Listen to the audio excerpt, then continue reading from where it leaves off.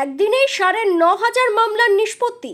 যে সকল মামলার নিষ্পত্তির মাধ্যমে প্রায় ১২.৫ কোটি টাকা আদায়। যে টাকা আদায় হয়েছে সম্পূর্ণভাবে আপোষযোগ্য ও সমঝোতামূলকভাবে। ভাবতে অবাক লাগলেও বীরভূম শনিবার এমনই ম্যাজিক দেখালো।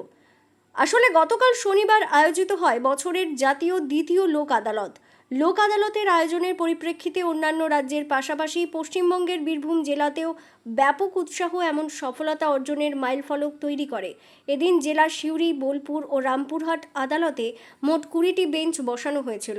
এই তিনটি আদালতের অন্ততপক্ষে ১৫,০০০ মামলার শুনানির জন্য তোলা হয়। দীর্ঘ শুনানির পর প্রায় ৯,৫০০ মামলার নিষ্পত্তি করা হয়। দ্রুত, সহজ এবং কম খরচে বিচার প্রক্রিয়ায় সুবিধা পেতে সাধারণ মানুষদের মধ্যে জাতীয় লোক আদালত নিয়ে দিন দিন আগ্রহ বৃদ্ধি পাচ্ছে।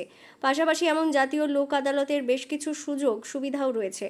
বীরভূম জেলা আইনি পরিষেবা কর্তৃপক্ষের সচিব নিরুপমা দাস ভৌমিক জানিয়েছেন, বিনা খরচে এবং দ্রুত বিচার পেতে সাধারণ মানুষদের মধ্যে জাতীয় লোক আদালত নিয়ে আগ্রহ দিন দিন বাড়ছে।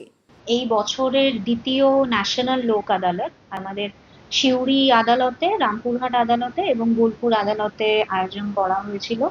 সেখানে 3টে জায়গা মিলিয়ে 20টি বেঞ্চ গঠন করা হয়েছে এবং 15,000 মামলা আমরা নিয়েছি আজকে একই দিনে এবং 9,500 মামলা আমাদের নিষ্পত্তি হয়েছে একই দিনে 3টে জায়গা মিলিয়ে। আর আমাদের সেটেলমেন্ট অ্যামাউন্ট হয়েছে 12 কোটি টাকা।